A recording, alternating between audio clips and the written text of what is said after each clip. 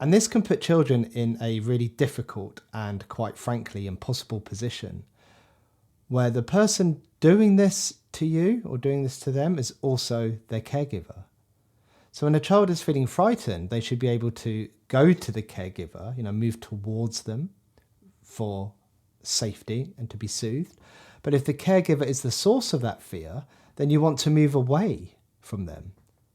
But someone can only do one of those things. So there's only one body. So the body can either go towards that caregiver or move away from the caregiver. The mind can dissociate or fragment as a way to deal with this. And this causes loads and loads and loads of problems later.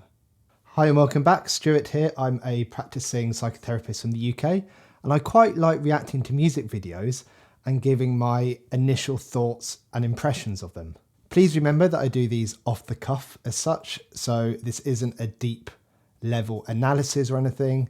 These are literally my first impressions and my first thoughts that pop into my head. And today we have NF therapy sessions. Let's get into it.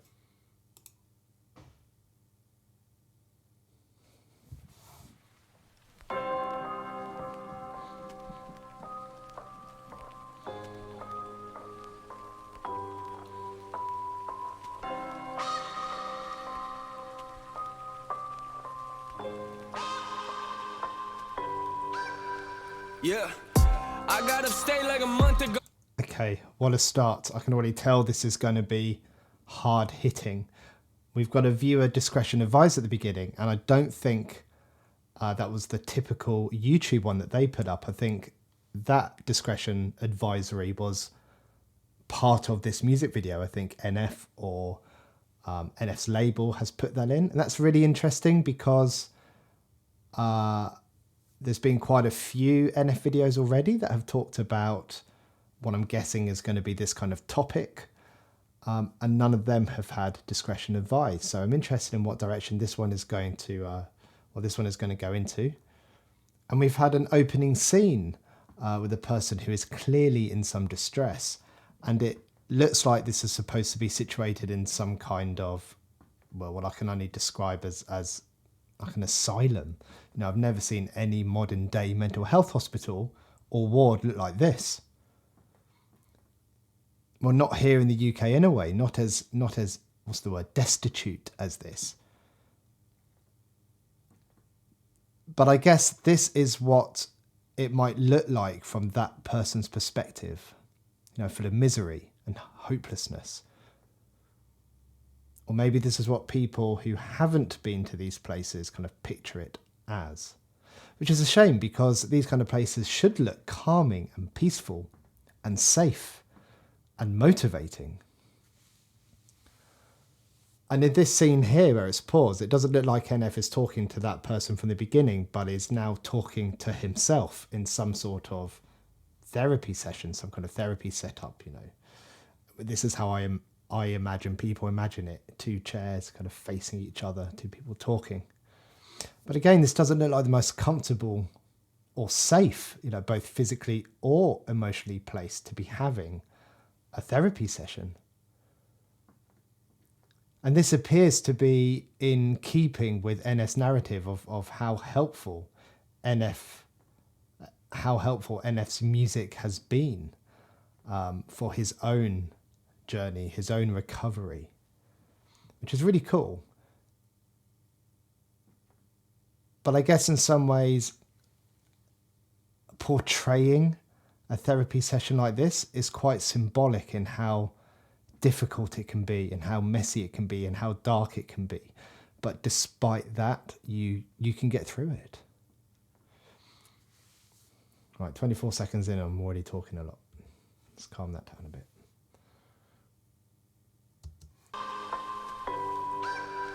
Yeah, I got up stay like a month ago. I was talking to fans and one of them pulled me aside and said we never met, but I swear that you know who I am. I've been through a lot. I don't know how to express it to people. Don't think that I can, but I got that mansion CD on rotation. That's real for me, Nate. You do not understand. It's crazy for me. So it sounds like he's met a fan who relates a lot to his music. You know, there's that line, we never met, but I swear that you know who I am. I think he's getting at that you don't personally know me, but I've listened to your lyrics, and from what you were saying, you get me. Your lyrics could relate to me. So I think you understand me and know who I am. And I see that a lot in my comments too. And well, in terms of comments on videos that I've done about NF, where people say they can relate exactly to what NF is saying in his songs, that the song could have been written about them. So he's highly relatable. That mental CD on rotation, that's real for me, Nate, you do not understand. It's crazy for me, kids hit me up, say they slitting they wrists on the daily. This music is more than you think, don't book me for just entertainment, it's entertaining, hearing these. Imagine the pressure of that, you know, kids getting in touch and saying how much they are hurting. Now, believe me, it's really hard to hold other people's pain, and it's really difficult not to. So once you hear something, you can't unhear it, and it can give you a sense of responsibility for that person. This is where terms like vicarious trauma come from, and secondary traumatic stress, and to some extent moral injury, because you have that, you feel that additional pressure and that additional responsibility to try and take someone's pain away from them. And it's just sometimes you can't do that, or you can't do that to the extent that you would like to be able to do that. It's hard. This music is more than you think, don't book me for just entertainment, it's entertaining, hearing these parents, they telling their kids my music is violent, you gotta be kidding me. I guess that your definition of violence in mine is something that we look at differently. How do you picture me? I want me to smile. Parents, what do you say? Parents telling their kids that NF's music is violent. Now, I can't remember how many tracks into this journey I am. I think it's 7 or 8. But I've hardly heard any references to violence. I can't think of any right now. I do hear NF's passion and the use of his voice to portray what he is feeling. And maybe that comes across as aggressive to people if you aren't really listening to the content, you know, the actual words that he is saying. But the content isn't violent. Something that we look at differently. How do you picture me? I want me to smile. You want me to laugh. You want me to walk in the stage with a smile on my face when I'm mad and put on a mask for real. I mean, what? The masks, what's going on there? I love that line though. How do you want NF to be? All the things he's experienced, all that pain that he wants to share, which is his way of dealing with it. But it feels like people are trying to shut him down. So he's saying, you don't want me to be the real me. You want me to put on a mask and perform for your own entertainment. And then I love the way that's incorporated into the video with drawing the smiley face onto the mask. And it's interesting that there's not just one person with a mask. It looks like it could be a family unit. Maybe there's something there that if one person hides their true self and their true experience, then they all do. They all end up wearing masks. So then it makes the question, can these people even really be themselves in their own families, you know, somewhere where they should be able to kind of feel safe? Well, actually, maybe the kid and the mum from that family unit with the mask on are representative of the parent who doesn't let the kid listen to NF. So the child learns that they aren't able to fully open up about what they're experiencing. And as such, they are covering that up with masks. And just kind of having to hide everything away, keep everything in.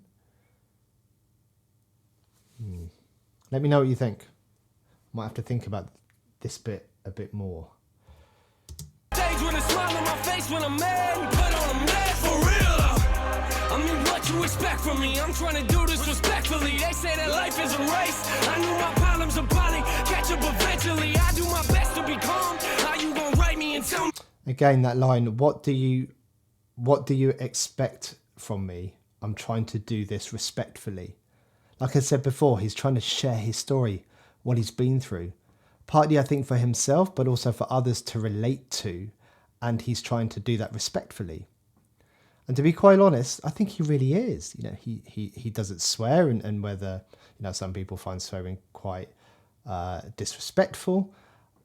To me, I'm not too bothered about swearing, but it is quite refreshing not hearing it. And it doesn't cover up what I think is sometimes, you know, someone's poor vocabulary to make a rhyme, or when they're not sure what else to say, you know, like perhaps other rappers do. And his story is very motivating. The focus is more on getting through it than it is on what the detail of what happened. And I think that's a great thing to share. He doesn't need to share the very specific minutiae of what has happened. The message is more of, this is what I've been through, and I've come to the other side. It's one of hope.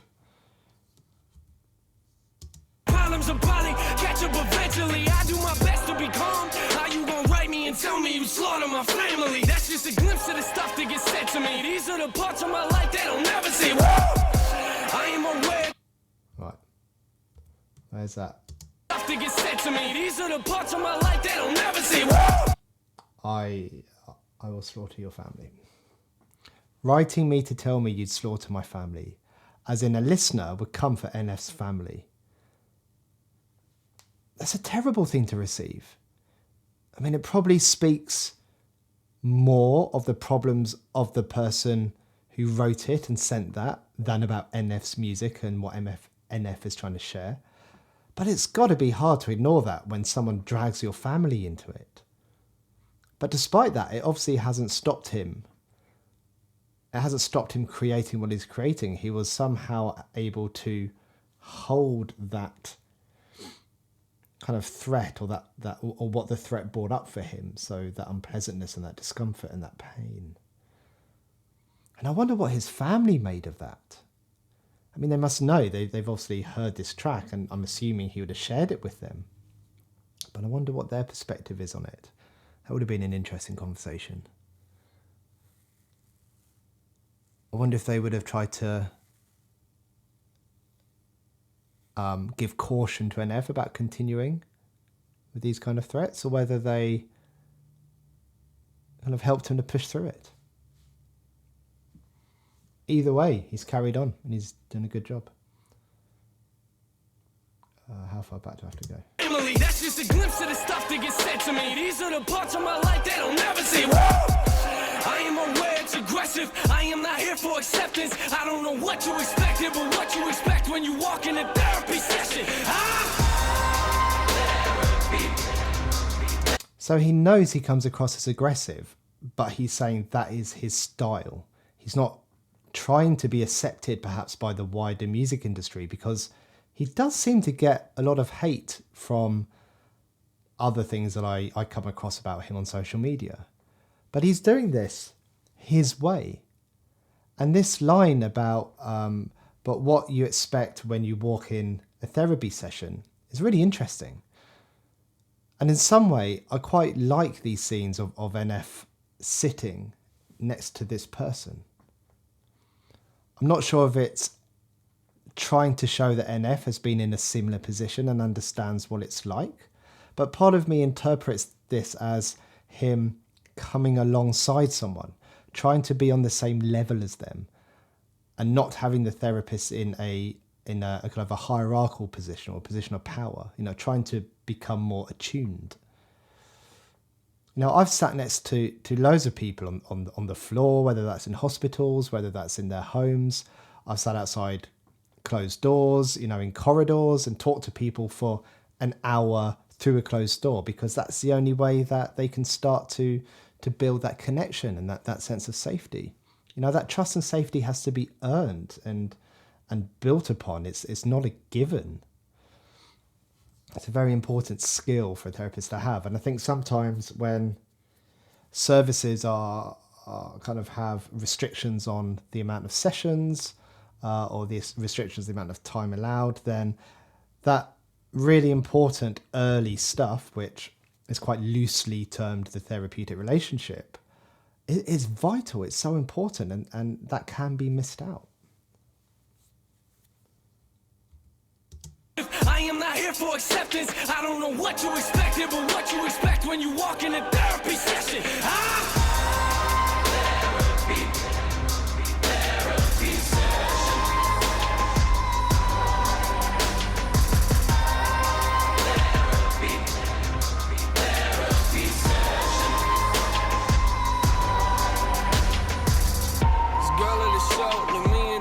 And told me her life's full of drama.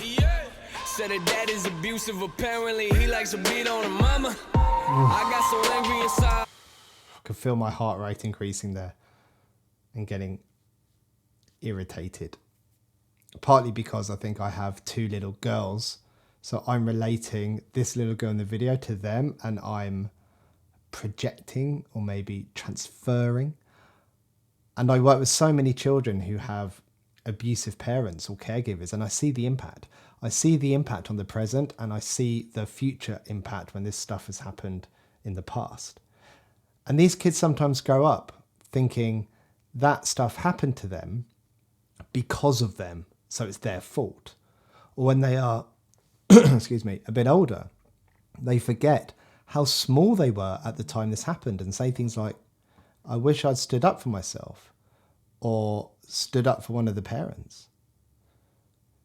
Dr. Dan Siegel, who is an attachment researcher, but he also writes lots of books about the developing brain in the child and kind of attachment theory. He talks about this concept of the 3 S's for something called in the literature secure attachment. So these 3 S's promote secure attachments. And I always have these in the back of my mind when I'm working with kind of children, but also with adults. I always think about what they were like and what their environment was like when they were children.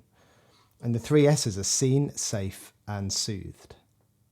The child is seen, as in people engage with them, they talk to them, they try to understand their likes and dislikes, they try to understand them and make room for them and have curiosity and engage their interest and, just it makes a child seen.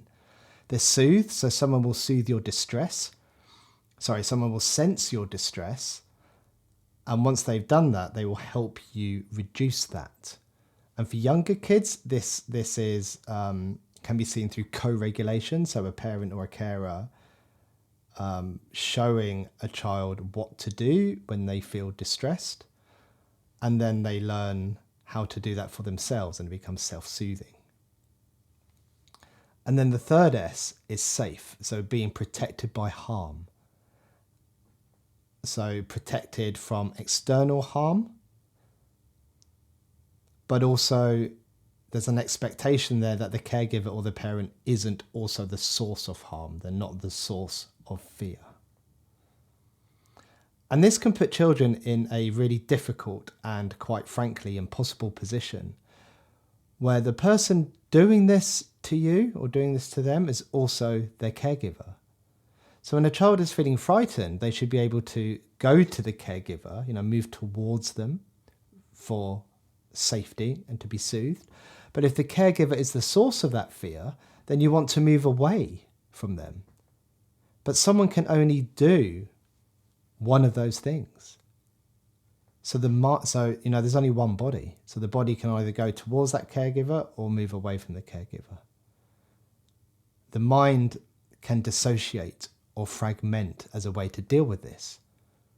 And this causes loads and loads and loads of problems later. I see it, unfortunately, and it's really sad, often. Dad is abusive, apparently he likes to beat on her mama. I got so angry inside, I wanted to tell her to give me his number. But what you gonna do with it, right? You gonna hit him up, then he'll start hitting her harder, that's real. These kids, they come to my shows. That's so true. What a hard situation to be in for the person receiving that message, NF in this case. He's saying that he wants to help the little girl, but if he reports the father, then that might make things worse, because then it's at the mercy of the equivalent of children's social care to do something. And that obviously has a time lag. So someone reports it, and then some kind of assessment is arranged, or some kind of visit is arranged, And that all takes time. And what's going to happen during that time? Is it going to make things worse? And I've heard stories before from colleagues where parents do this thing to their kids where they ask, one of their friends, so one of the parents' friends or the caregiver's friends, to come and knock on the door pretending to be children's services and ask the child if everything is okay at home. And if the child says anything about it not being okay or they are being harmed in some way, then gotcha. They get punished for it. It's absolutely terrible, the lengths that people will go through to try and cover this stuff up. I mean, it just shows that they know it's wrong. It's so sad.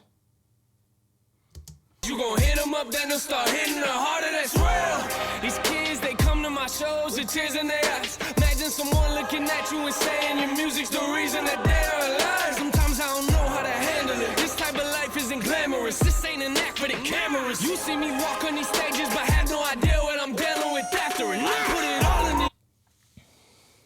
Imagine that as an artist, your gift you are giving the world is literally saving people's lives.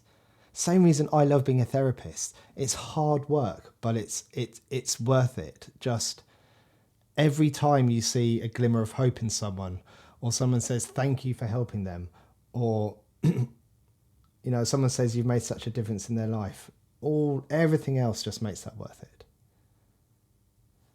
And I imagine it's the same for NF and his music and him receiving those messages.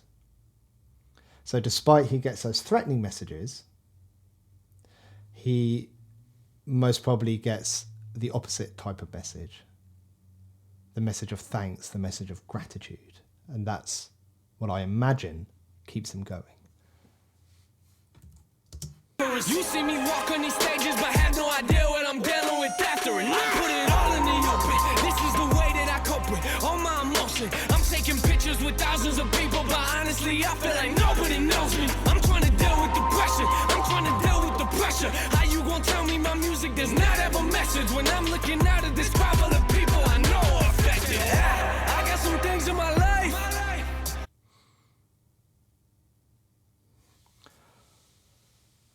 That picture freaks me out a little bit with those masks. I think, is there a film called The Strangers? And they come and knock on that family's door and kind of come in and terrorise them. I think that's what it's called. I can't remember. But it reminds me of that, and I don't like it. And NF there says, I'm taking pictures with thousands of people, but honestly, I feel like nobody knows me. And what I think he's saying there is that he's really popular. He's got all of these fans, but maybe all of those fans aren't the ones he's trying to target. They aren't the ones connecting personally with his music. And also, I think there's probably a couple of things going on here. There's the fact that a lot of people don't even seem to actually listen to the words and the content of what he's talking about. So they don't really know kind of what he's been through and what he's trying to say. But we're also faced with this fact that NF is choosing in what he shares in his music. So we get a glimpse into his life, but that glimpse is what he wants to share. And we don't know everything else that happened in between. So we can't ever really know him. Maybe he's got some very close friends and some family that do know him, and that's enough, but that's not his fans. I got some things in my life. I know I should let them go. Let me jot it down. Let me take a mental note. I put it all on this microphone. Think about that for a minute. Was that he talked about jotting it down? So is that a nod back to Notebook?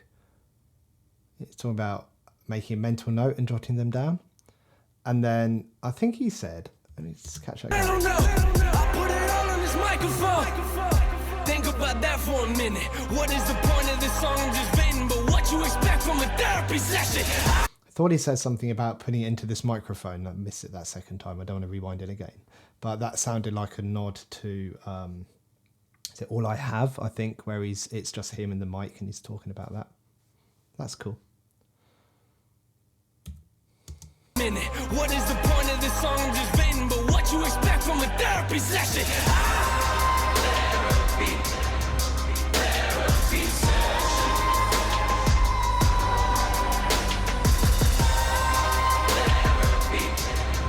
Therapy session. Still interested in this chorus, therapy session over and over, because is the album also called Therapy Session? I think it is. I think I remember seeing that when I was looking at the direction the journey goes in. And that makes sense, I guess, because all of this is like a therapy session for him. He's saying things, he's reflecting things, he's almost showing both sides, in some parts to us. So he's saying, I want to help this little girl, but at the same time, if I do help that little girl, what are the consequences for her? So he's kind of weighing things up. He's processing. He's talking about his experiences. He's untangling the thoughts from his mind. He's kind of getting them out so they're not so close. And all these things happen in therapy sessions. I should probably do a video, probably more appropriate for my other channel, Therapy in Action, if you haven't checked that out already, about what a therapy session actually looks like, because this is a question I get asked quite often. And I wonder if someone not knowing what a therapy session looks like, what it entails, is quite a big barrier to not trying to access it, that kind of fear of the unknown thing. Let me know in the comments if you subscribe to both channels, if that's something that you'd want to see on the other channel. I think it'd be quite helpful thinking about it.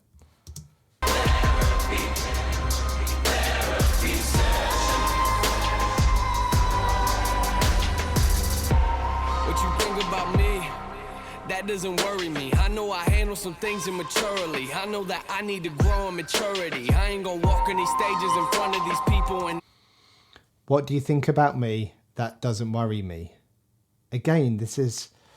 It's a call to not looking for acceptance and wanting to tell his story. But at the same time, I think there are elements. He does care about what people think of him. He's made it pretty clear he doesn't like people accusing him of being aggressive.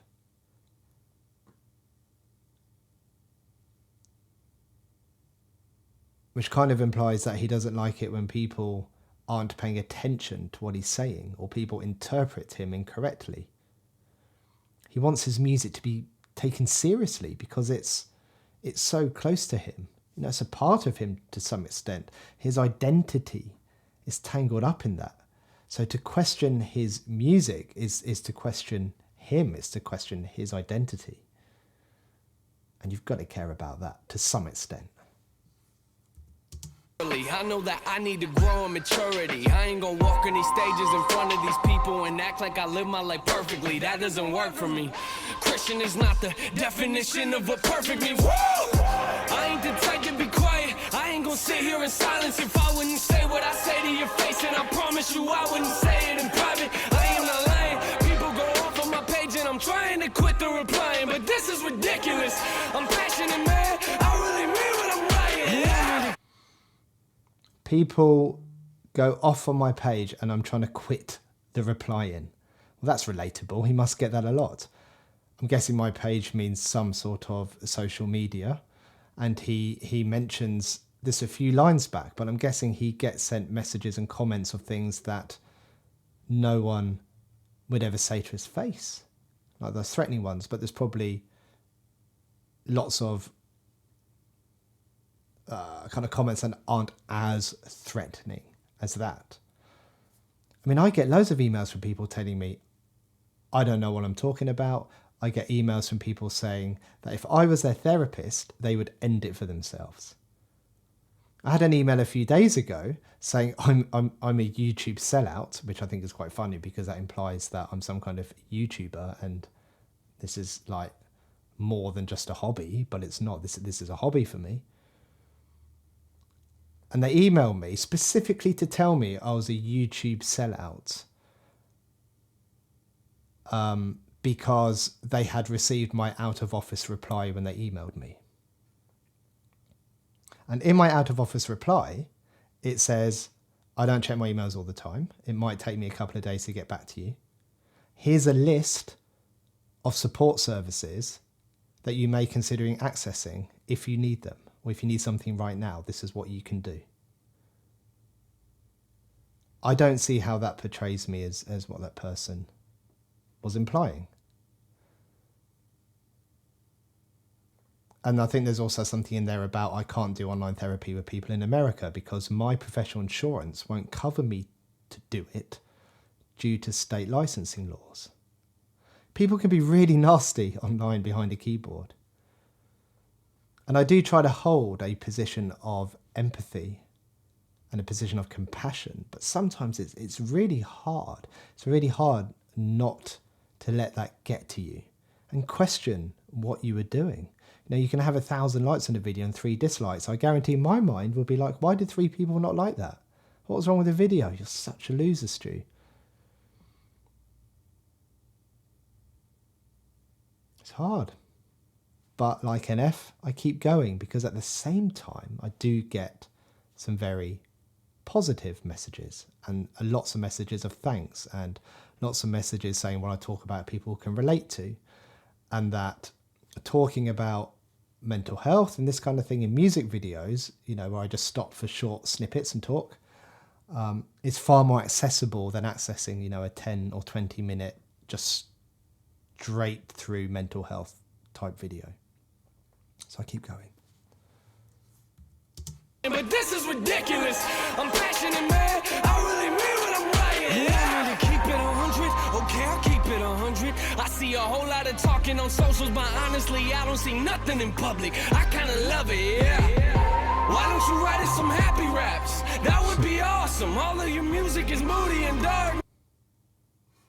Why don't you do what we want you to do, NF? Why don't you write some happy raps? Because he doesn't want to. It's his music. You write us some happy raps. That would be awesome. All of your music is moody and dark, man. Don't get me started.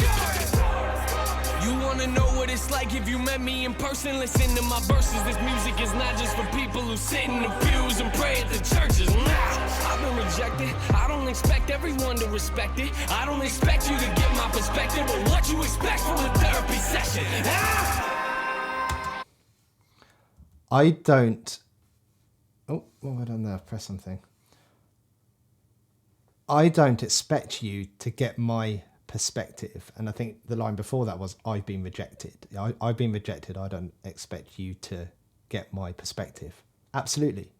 And the truth is, no one ever really can. Unless you've had the exact same experience with the exact same learning history, with the exact same genes, in the exact same environment, and interpreted that experience and made sense of it in the exact same way, and the reality is none of that stuff is ever going to happen, then we can never truly understand that perspective and that experience of someone else. We can just try the best we can based on what they have articulated to us. And that itself brings some difficulty, but that's the skill of the therapist. And that can also cause problems and frustrations in therapy when the person doesn't feel listened to, or the person doesn't feel validated in any way. And that's where, you know, the skills of empathy and compassion come in. That skill to try and understand the other person's viewpoint, which is the empathy, and then the desire to take their pain away, which is the compassion. Listen to my verses. This music is not just for people who sit in the pews and pray at the churches. Nah, I've been rejected. I don't expect everyone to respect it. I don't expect you to get my perspective, but what you expect from a therapy session?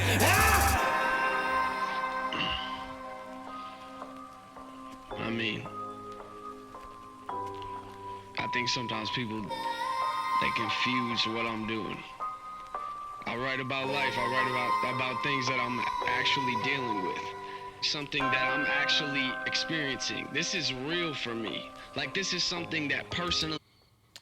I've got to admit, and I'm going to try to say this in a way that doesn't get taken the wrong way or misconstrued, that this constant reminder that everything he says is 100% and he's speaking about his experience and how that's therapeutic for him can feel a little bit samey. And I don't mean about hearing about the actual experiences and what he's been through. It's the parts where he's saying, all my music is about me talking about what I've been through. We kind of get that.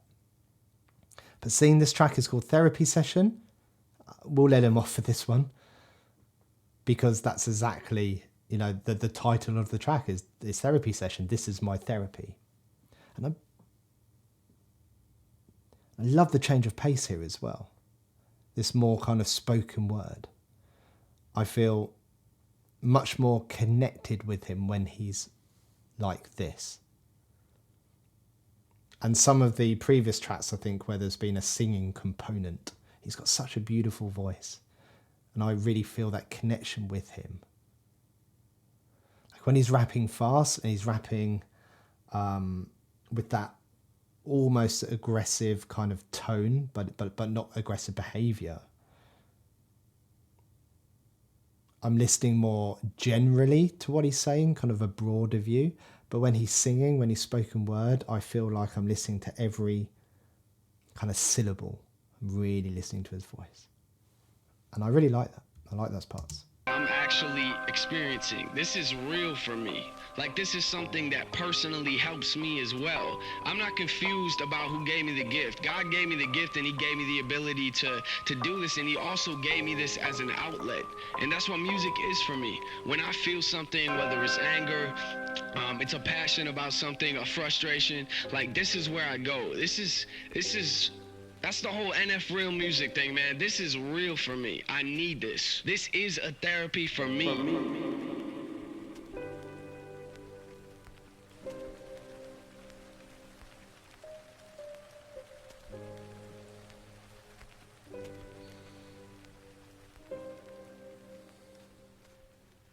Just thinking about that end part where you see him sat with a little girl behind the sofa. And I'm guessing he's either trying to portray himself as that little girl, so we as a viewer think about what he's been through, because that helps us relate to what he's saying in the music, and it's part of the whole journey.